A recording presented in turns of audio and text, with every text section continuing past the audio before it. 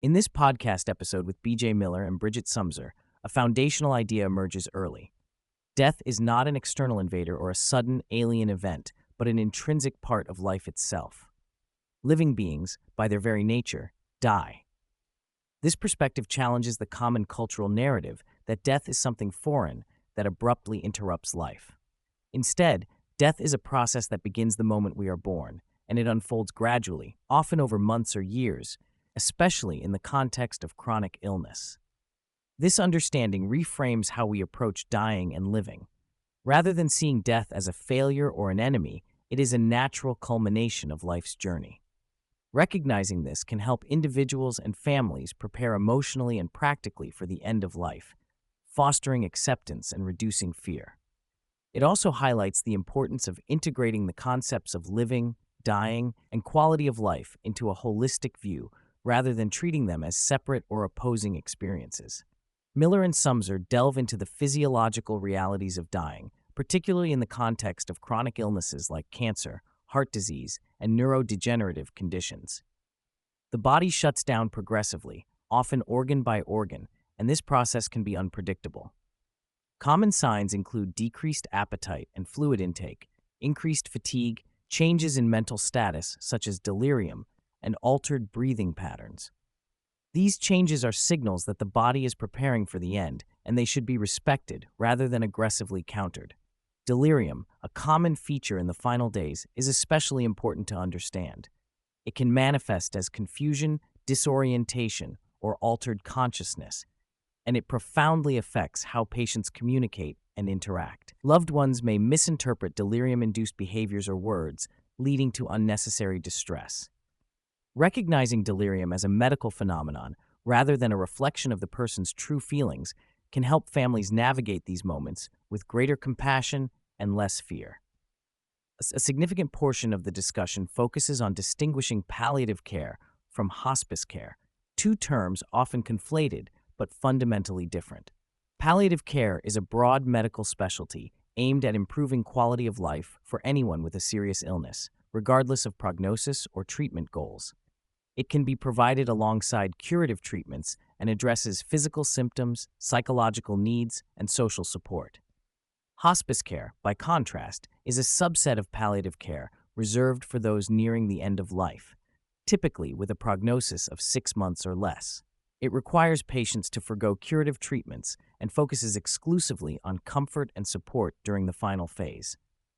The conversation highlights that hospice care is often initiated too late, with many patients only entering hospice in the last few weeks of life, missing opportunities for earlier comfort and support. The guests shed light on the practical realities of hospice care, especially when delivered at home.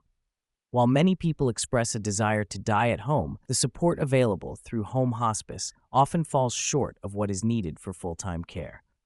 Hospice teams provide expert support and visits, but do not typically cover 24-hour caregiving or personal care tasks, which places a heavy burden on family members and friends. This gap in caregiving resources can lead to situations where patients are readmitted to hospitals or nursing facilities because families are overwhelmed or unable to provide the necessary care. The lack of financial reimbursement for caregiving and residential hospice facilities further complicates the issue, making it difficult for many to realize their wish to die comfortably at home. This systemic challenge underscores the need for broader social and healthcare reforms to better support end-of-life care. The podcast explores how cultural factors shape our relationship with death. In many Western societies, death is often hidden, medicalized, and treated as a failure, which contributes to denial and avoidance. This cultural discomfort delays conversations about dying and advanced care planning, resulting in rushed decisions and unnecessary suffering near the end of life. Comparisons with other cultures, such as Japan and Scandinavian countries, reveal different approaches where aging and dying are more integrated into social life and cultural practices. These societies often have stronger social safety nets and more acceptance of death as a natural transition, which can ease the dying process. The discussion suggests that embracing death more openly and culturally normalizing conversations about mortality could improve the quality of dying and living. Advanced directives emerge as a crucial tool for empowering patients and families in end-of-life care.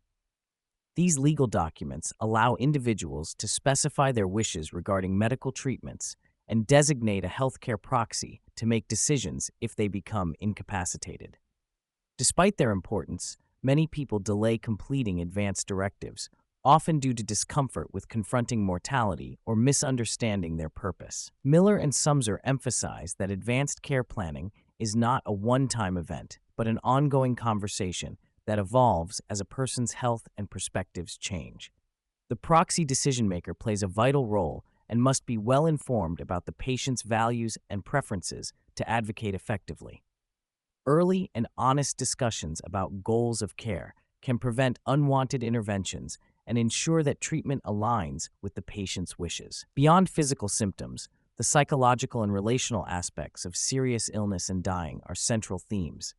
Patients often grapple with fear, grief, identity loss, and existential questions. The presence of a palliative care team can provide a safe space for patients to express these emotions, explore their fears, and find meaning amid uncertainty. The relational unit of care extends beyond the patient to include family members and caregivers whose experiences and needs are deeply intertwined with the patient's journey. Supporting families emotionally and practically is essential, yet healthcare systems often lack the resources or structures to do this adequately.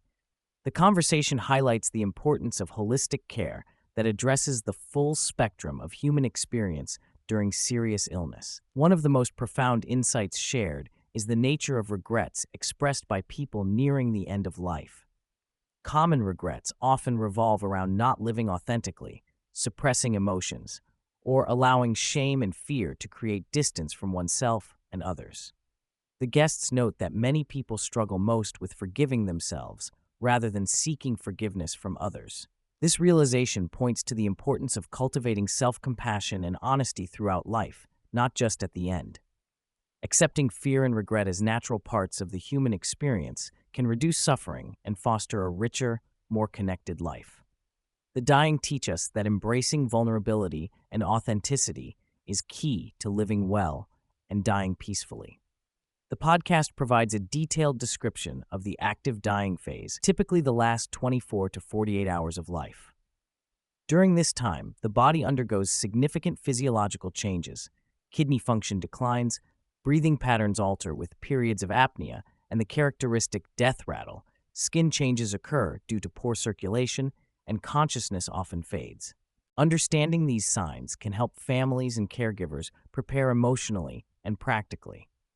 Importantly, the guests stress that the dying person may need moments of solitude to let go, and loved ones should feel permitted to take breaks without guilt. This phase is as much about the experience of those around the dying person as it is about the individual, emphasizing the need for compassion and presence. Connection emerges as a vital theme in the dying process. Whether it is connection to oneself, to loved ones, to nature, or even to strangers, maintaining relational ties can provide comfort and meaning. The guests note that even in altered states of consciousness or delirium, moments of connection can occur and be deeply significant. This broad view of connection includes non-human elements such as pets or the environment, underscoring the expansive nature of human experience. Cultivating connection throughout life, and especially near the end, can alleviate feelings of isolation and foster a sense of belonging and peace. The conversation touches on the promising research and anecdotal evidence surrounding psychedelic-assisted therapy, particularly with substances like psilocybin, in alleviating existential distress in terminally ill patients. These therapies can facilitate profound shifts in perception, helping patients move beyond fear and suffering to experience a sense of unity, acceptance, and peace. While regulatory and clinical challenges remain, the guests acknowledge the potential of these treatments to complement traditional palliative care approaches. Psychedelic experiences can open new pathways to healing by bypassing cognitive barriers and fostering embodied, felt understanding, which may be transformative for those facing mortality. Finally, Miller and Sumser reflect on how their experiences with dying patients have shaped their own lives. They emphasize the importance of embracing mortality as a constant companion rather than a distant threat. This awareness encourages living with greater presence, authenticity, and connection.